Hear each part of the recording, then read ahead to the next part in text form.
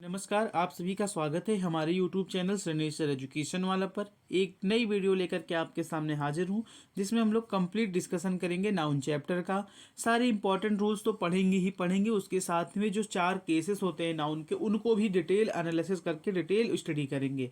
आप वीडियो को अंत तक अवश्य देखिए। बहुत दिनों से हमारी कोई वीडियो आ नहीं रही थी, किन्हीं कारणवश कुछ घरेलू कार्य थे, इसके वजह से अब वीडियो रेगुलरली बेसिस पर आएंगी। वीडियो को अंत तक अवश्य देखें। चलिए बिना वक्त गंवाए वीडियो शुरू करते हैं। पहला रूल है, if plural looking subjects are particularized और possessed they becomes as plural noun. आप लोगों ने हमेशा आज तक पढ़ते आया है कि जो प्लूरल नाउन वाले होते हैं, जैसे कुछ शब्द हो गए जैसे मैथमेटिक्स, पॉलिटिक्स, इनको इनके बाद हमेशा सिंगुलर वर्ब यूज करते हैं। लेकिन जरा ठहर जाइए, एक नियम ये भी है कि अगर यह किसी सब्जेक्ट को पार्टिकुलराइज्ड कर रहे हैं, उसी के बारे में बता रहे हैं, जैसे क्या कह रहे हो, जैसे ये लिख रहा है माई मैथमेटिक्स। अब यहाँ पे माई को ये पार्टिकुलराइज्ड कर रहा है, तो इसके बाद ये प्लूरल नाउन की तरह ही यूज होंगे। अगर प्लूरल नाउन की तरह ये हो गए, बिकम हो गए, प्लूरल नाउन हो गए, तो इनके बाद वर्ब भी कैसा यूज होगा, वर्ब भी प्लूरल ही यूज होगा। मतलब क्या कहना चाहते हैं कि अगर हमारा जो ये प्लूरल लुकिंग सब्जेक्ट्स हैं, अगर ये प्लूरल नाउन की तरह किसी को पार्टिकुलराइज्ड कर रहे हैं, पहली बात तो ये प्लूरल नाउन की तरह बिकम हो जाएंगे, उसी के प्लूरल नाउन की तरह हो जाएंगे। और अगर प्लूरल नाउन की तरह हो गए तो क्या होगा, इनके बाद प्लूरल वर्ब यूज होगा। इसमें अब कंफ्यूज मत होइएगा आप लोग। चलिए नेक्स्ट स्लाइड पे बढ़ते हैं। नेक्स्ट स्लाइड से बढ़ने से पहले पूरा वीडियो अवश्य देखिएगा, आप लोग पसंद आएगा वीडियो आप लोगों को अवश्य। नेक्स्ट स्लाइड आपको क्या किसके बारे में जानकारी देता है, अगर नाउन को प्रीपोजिशन से उसकी प्रीपोजिशन के बाद सेम नाउन आता है, जैसे कि क्या एग्जांपल्स बताइए। Head and head, hands and hands कभी नहीं यूज करेंगे। हैंड्स क्या क्या क्या बोले सर, हैंड्स एंड हैंड्स, ये सब जो लिखा हुआ है, एंड के पहले भी सेम प्रीपोजिशन, एंड के पहले एक नाउन है, इसके बाद भी, तो ये क्या सही है? बिल्कुल ये गलत शब्द लिखा हुआ है। तो क्या लिखेंगे, तो यहाँ पर लिखेंगे क्या, ये जो एस था, एस नहीं लिखेंगे। एस नहीं लिखेंगे तो लिखेंगे क्या, ये भैया ये भी हैंड ही रहेगा और ये भी हैंड ही रहेगा। मतलब कि अगर दो सेम नाउन प्रीपोजिशन के थ्रू ऐड हुए हैं तो बोथ नाउन कैसे रहेंगे, सिंगुलर फॉर्म में रहेंगे। चलिए नेक्स्ट स्लाइड पे बढ़ते हैं हम लोग। नेक्स्ट स्लाइड आपको कुछ ऐसे नियम बताएगा जो आपको एकदम रट लेने हैं, कोई इसमें तुक्का नहीं, ट्रिक नहीं है। क्या, अब्स्ट्रैक्ट नाउन जो होते हैं इनका कभी प्लूरल नहीं बनता। जो अब्स्ट्रैक्ट नाउन होते हैं जिसमें फीलिंग्स को हम लोग, इमोशंस को, इनको हम लोग डिस्क्राइब करते हैं, इनके कभी प्लूरल नहीं बनते। अब कभी कोई भी ऐसे आ गया एब्स्ट्रैक्ट नाउन वाला वर्ड, तो उसका प्लूरल मत बना दीजिएगा। इसी के तरह प्लूरल नहीं बनेगा तो इनके बाद प्लूरल वर्ब भी नहीं यूज होगा, इनके बाद प्लूरल वर्ब भी नहीं यूज होगा। इसी केस में एक मटेरियल नाउन होता है, इसको भी कभी हम लोग प्लूरल नहीं बनाते हैं, बट अगर किसी केसेस में हम इसको प्लूरल बना रहे हैं तो यह कॉमन नाउन की तरह बिहेव करेगा और इसकी मीनिंग भी चेंज हो जाएगी। जैसे कि अगर कॉपर है तो कॉपर को कॉपर ही लिखेंगे, क्या, कॉपर ही लिखेंगे। लेकिन अगर कॉपर से लिख दिया तो इसकी मीनिंग टोटली चेंज्ड हो गई, क्या हो गई, तो इसका मतलब कॉपर की कॉइन्स। अब टिन है तो इसको TIN ही हमेशा लिखेंगे अगर मटेरियल लिख रहे हैं तो। अगर टिन्स हो गया तो इसको कॉमन नाउन की तरह बना लेंगे, जिसका मतलब होगा cans made of tin, can जो टिन के बने होते हैं। चलिए अगले स्लाइड पर बढ़ते हैं। केसेस 3 ही हम लोगों ने उसको डिस्कस किया, रूल्स को। अब हम लोग बढ़ चुके हैं केसेस की तरफ। केसेस क्या कहते हैं, केसेस बेसिकली 4 टाइप के केसेस होते हैं, इनका ही हम लोग स्टडी करेंगे, जिसमें हम लोग सारे केसेस को कैसे, क्योंकि केसेस से रिलेटेड ही क्वेश्चंस आते हैं, इसको अभी आप लोग देखेंगे तो समझ जाएंगे। चलिए बिना वक्त गंवाए केसेस की तरफ बढ़ते हैं। पहला केस जो है नॉमिनेटिव या सब्जेक्टिव केस जिसे बोलते हैं। सब्जेक्टिव लग ही गया, इसके आगे नॉमिनेटिव लग ही गया, तो यानी कि ये सब्जेक्ट से रिलेटेड रहेगा। तो अगर कोई जो प्रोनाउन या प्रोनाउन है अगर वो सब्जेक्ट की तरह यूज हो रहा है तो it is said to be nominative case. जैसे कि कोई भी नाउन या प्रोनाउन अगर सब्जेक्ट की तरह, जैसे राम इज बॉय, तो राम क्या है, सब्जेक्ट है, तो यहाँ पर ही कौन सा केस लगेगा, नॉमिनेटिव केस। तो इसमें प्रोनाउन का क्या काम है भाई। अब इसमें देखिए 2 वर्ड याद कर लीजिए, दैन और इफ। क्या, दैन और इफ, इन दोनों को याद कर लीजिए। अगर किसी में दैन के बाद अगर कोई प्रोनाउन यूज हो रहा है तो नॉमिनेटिव केस में ही यूज होगा, अगर उससे पहले कोई नाउन आ रखा है तो। जैसे कि ये देखिए, श्याम इज स्मार्टर देन हर, अगर कहीं आप देख रहे हैं कि श्याम का कंपैरिजन हर के साथ किया जा रहा है और उससे पहले देन लगाकर कंपेयर करा जा रहा है, तो ये हर नहीं होगा, यहाँ पर ही होगा। क्या होगा? ही होगा, कि Shyam is smarter than he. इसी की तरह अगर इफ के साथ भी हम लोग लगा रहे हैं कि if I would come, if I met her, if I met her I would go there. अब यहाँ पर हर नहीं लगाएंगे, if I met him he, if I met he, वहाँ पर भी हम लोग क्या लगाएंगे? नॉमिनेटिव केस का प्रोनाउन लगाएंगे। चलिए नेक्स्ट स्लाइड पर बढ़ते हैं। उम्मीद करते हैं आपको क्लियर हो गया होगा। अगर कुछ भी डाउट हो तो कमेंट बॉक्स में कमेंट अवश्य करिएगा। अगला केस ऑब्जेक्टिव केस या एसोसिएटिव केस, इसके नाम से ही याद हो जाना चाहिए कि ऑब्जेक्ट की तरह यूज होगा। इसमें भी जैसे वहाँ पर हम लोगों ने सब्जेक्टिव केस में दैन और इफ के बाद अगर कोई प्रोनाउन लग रहा था तो उसको हम लोग सब्जेक्टिव केस में ही यूज कर रहे थे, दैन और इफ वहाँ था। तो यहाँ पर क्या है?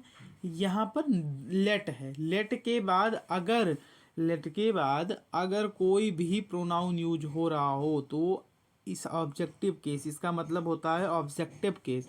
एसोसिएटिव केस का मतलब ही ऑब्जेक्टिव केस होता है। जैसे लेट अस गो हमेशा लिखेंगे, कभी भी आपके पेपर में आता है कि लेट वी गो या लेट वी डू, तो उसको काट दीजिएगा। लेट ऐसा कोई शब्द होता नहीं है। लेट के बाद हमेशा और हमेशा ऑब्जेक्टिव केस लगता है।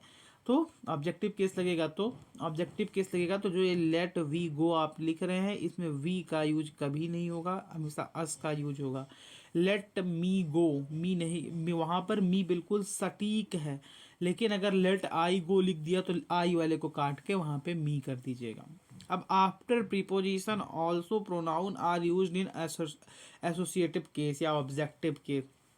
प्रीपोजिशन के बाद ऑफ एंड इनके बाद भी जो आपका प्रोनाउन यूज होता है, इसको कैसा केस में रहता है? वो भी ऑब्जेक्टिव केस में रहता है। इसके कुछ अपवाद भी हैं, उन अपवादों को हम लोग डिस्कस करेंगे आगे। चलिए आगे बढ़ते हैं नेक्स्ट स्लाइड पर। नेक्स्ट स्लाइड बहुत ही इंपॉर्टेंट होने वाला है, एग्जाम रिलेटेड क्वेश्चंस भर भर के आते हैं इससे। पॉजेसिव केस है, इसमें हम लोग डिस्कस करेंगे बेसिकली अपोस्ट्रॉफी एस के बारे में। जो अपोस्ट्रॉफी हम लोग यूज करते हैं, यानी कि ये वाला एस, इसको अपोस्ट्रॉफी बोलते हैं, ये वाले एस के बारे में सारे रूल्स हम लोग डिस्कस करेंगे। वैसे मैं चाहता हूँ कि अगर इस वीडियो को अगर 20 व्यूज़ मिल गए तो अपोस्ट्रॉफी का हम एक डिटेल एनालिसिस वीडियो भी लाऊंगा। उम्मीद करते हैं आप लोग इतना तो कर ही देंगे। चलिए आगे बढ़ते हैं। अब देखिए अपोस्ट्रॉफी का यूज क्या है। अगर कोई सिंगुलर नाउन है उसके लास्ट में अपोस्ट्रॉफी लगा देते हैं, ठीक लगाते हैं, तो पॉजेसिव केस का बात होता है। जब अगर प्लूरल नाउन, जो प्लूरल जो है, प्लूरल नाउन अगर वो इंड हो रहा है यस या ईएस के साथ, जैसे कि बॉयज, अगर बॉय एस के साथ एंड होगा तभी प्लूरल बनेगा। क्या कहना चाहते हैं? जो ये बॉय है आपका यहाँ पे लिखा, जैसे यहाँ पर अगर हम लोगों ने ये बॉय के बाद अपोस्ट्रॉफी लगा दिया या अपोस्ट्रॉफी एस लगा दिया, तो ये क्या हो गया? ये गलत हो गया। क्यों गलत हो गया? क्योंकि बॉयज अगर हमको प्लूरल फॉर्म में लिखना है तो ऐसे लिखना पड़ेगा। अब इसको कैसे समझेंगे? अगर इसको समझना है तो कमेंट कर दीजिएगा। कमेंट कर देंगे तो पूरा कैसे सिंगुलर को प्लूरल में कन्वर्ट करते हैं उसका 5-10 मिनट का एक वीडियो ले आएंगे, सब क्लियर हो जाएगा। तो बॉयज़ को तो प्लूरल ऐसे बनाएंगे, तो यहाँ पर तो लास्ट वर्ड यस है। अगर लास्ट वर्ड यस है तो यहाँ पे अपोस्ट्रॉफी का यूज नहीं करेंगे, एस के बाद एक ऐसे बस ऐसे पॉइंट रख देंगे, जिसको हम लोग अपोस्ट्रॉफी की तरह ट्रीट करेंगे। इसी के तरह noun ends in hissing sound, इसको भी इसके साथ भी हम लोग, जिसके नाउन के साथ हिजिंग साउंड आ रहा हो, जैसे कि ऐसे ई की आवाज़ आ रही हो या हिजिंग करके आ रहा हो साउंड, उसके बाद भी हम लोग एस का यूज नहीं करेंगे। तो इसके लिए क्या करेंगे? हिजिंग साउंड मीन्स जैसे कि फॉर पीस ई की आवाज़ आ रही है, फॉर गणेश, अब उसके बाद फॉर कॉन्सिक्वेंस ई की हिजिंग की आवाज़ आ रही है, तो उसके बाद भी हम लोग एस का यूज नहीं करेंगे। वहाँ पर भी हम लोग जो भी, जैसे पीस अगर लिखा हुआ है, अगर ये पीस लिखा हुआ है तो यहाँ पर हम लोग एस का अपोस्ट्रॉफी का यूज नहीं करेंगे। किसका करेंगे? बस इसके बाद भी ऐसे लगा देंगे, ख़त्म करेंगे। गणेश, तो वहाँ पर हिजिंग साउंड आ रहा, तो वहाँ पर एच के बाद बस ऐसे ही एक डॉट लगा देंगे, ख़त्म करेंगे, उसको ही अपोस्ट्रॉफी की तरह हम लोग ट्रीट करेंगे।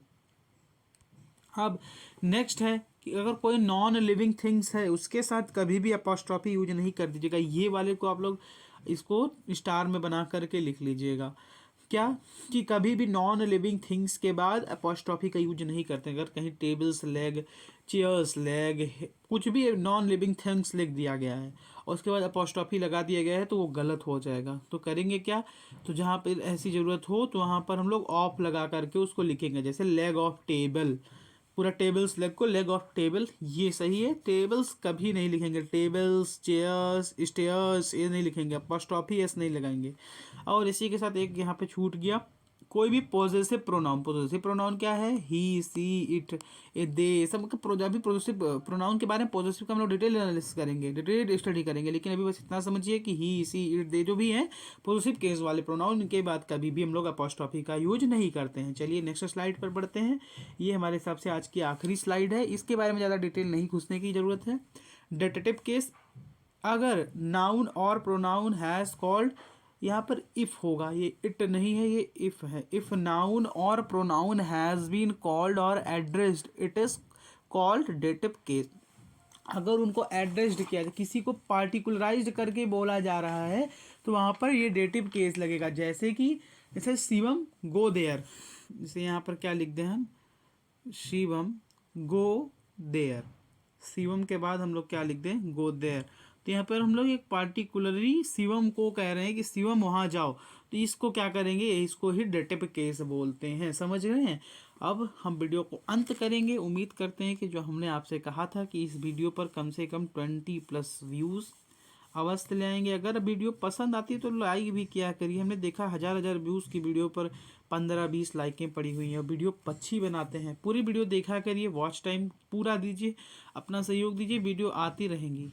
23 सब्सक्राइबर हो चुके हैं हमारे ऑलरेडी, उसके लिए बहुत बहुत धन्यवाद। ये रियल सब्सक्राइबर है, इसमें कोई भी फैमिली इन्वॉल्व नहीं, बस एक सब्सक्राइबर फैमिली से है और कोई भी नहीं है, समझे। कोई ऐसा नहीं है कि मैंने 2300 अपने कर लिए। 2300, बहुत लोग कहेंगे 23 पे क्या खुश हो रहे हैं, हम बहुत प्रसन्न हो रहे हैं बहुत। यहाँ 23 सब्सक्राइबर हमने बिना किसी हेल्प के किया। तो अब हमारे रेगुलर बेसिस पे वीडियोस आएंगे, इसीलिए वीडियो को शेयर अवश्य करिएगा अगर पसंद आता हो तो। जय हिंद, जय भारत, भारत माता की जय। अपना बहुत ख्याल रखिए। ईश्वर आपकी सभी मनोकामनाओं को पूरा करें।